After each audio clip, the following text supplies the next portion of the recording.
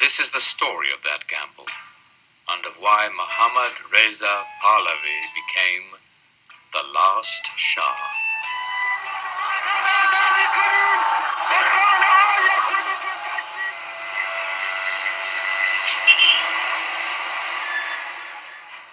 There is a very specific and special relationship between me and my people.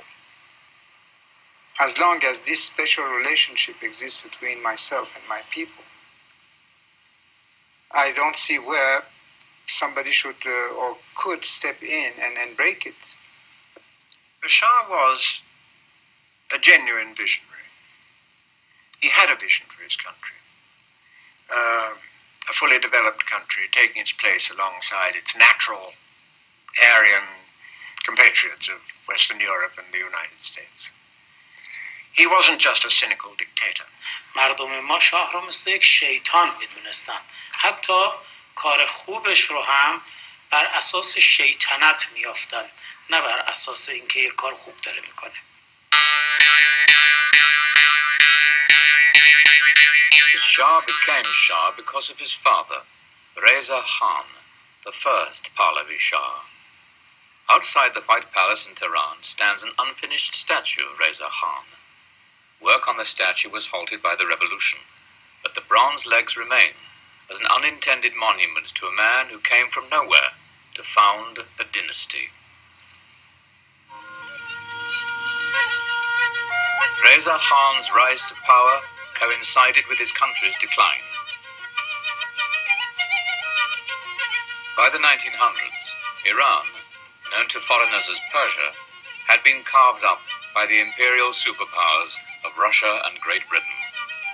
As his country fell apart, Reza Khan began his ascent to the throne. He joined the Iranian Cossack Brigade and rapidly rose through the ranks. After the First World War, he entered the political arena as a military strongman. In 1926, he ousted the ruling Qajar dynasty and crowned himself Reza Shah Pahlavi. At his side during the coronation was his 6-year-old son, Muhammad Reza, now crown prince and heir to the throne. Judge for yourself, he later wrote, how much fear and reverence all of that ceremony could inspire in a child of 6.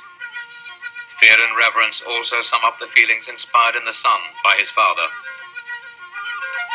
He was this frightened young boy who was always belittled by his father. And Reza Shah always said, my son can't carry on after me. He's not tough enough to do this. He's got to be a ruler like me if he wants to hold this country together. So the boy always felt inadequate in relationship to this giant of a figure.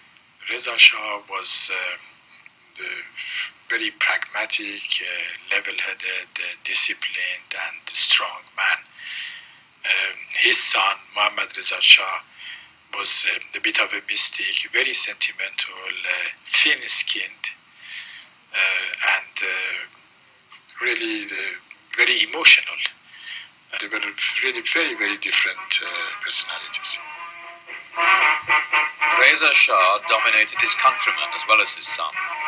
Believing Iran had become stuck in the Middle Ages, he applied the disciplines of the parade ground to bring it into the modern world.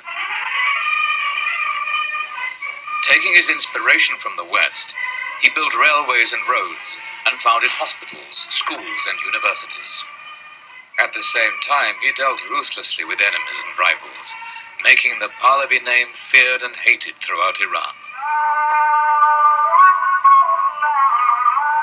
His most stubborn opponents were to be found among the Iranian clergy. Iran is a Muslim country, but like no other. Nearly all Iranians are Shiites, the minority sect in Islam. Shi'ism is the repository of the country's most traditional beliefs. It gives to the Iranian psyche Puritanism, a distrust of authority, and a reverence for martyrdom. But Reza Shah had no time for a religion that got in the way of modernization.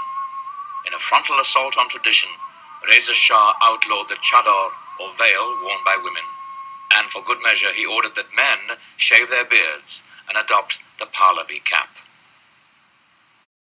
خدمتتون عرض کنم که چادرها را از پیرزن‌هایی که اصلا نمیتونه بدون حجاب زندگی کنه اینا را از سرشون به به زور برداشته میشه، سلب آزادی ها میشه و مشخصه عمده رضاخان قلدری بود، ایجاد وحشت در دل مردم بود که رمز موفقیتش بود.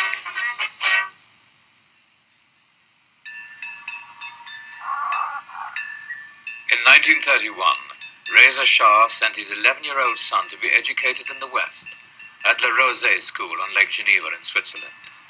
Reza Shah said, "It is hard for me to part from my beloved son, but Iran needs educated and enlightened rulers." But the beloved son was to suffer more than the father. He was sent to a foreign country with a guardian who was intimidated by Reza Shah into making sure that this boy never got into any trouble. So the boy was never allowed to do anything. He couldn't ride a bicycle. He wasn't allowed to go off weekends climbing in the mountains in Switzerland. And so he was basically marooned in his room. He had an utterly miserable time. He was a lonely, miserable, isolated young man.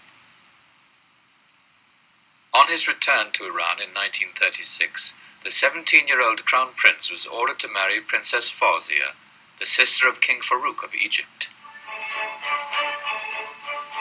The royal wedding took place in Tehran in March 1939. Among the guests at the celebrations were military attachés from European countries on the brink of war.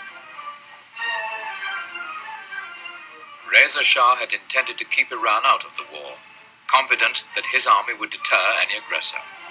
But the British and Russians needed to run a supply route through Iran, and so, on the 25th of August 1941, they invaded from the north and south. There was virtually no resistance. The swift action that occupied a weak country in danger of falling into the grip of Hitler.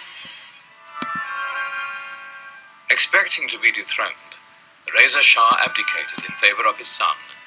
He went into exile in South Africa, where he died in 1944.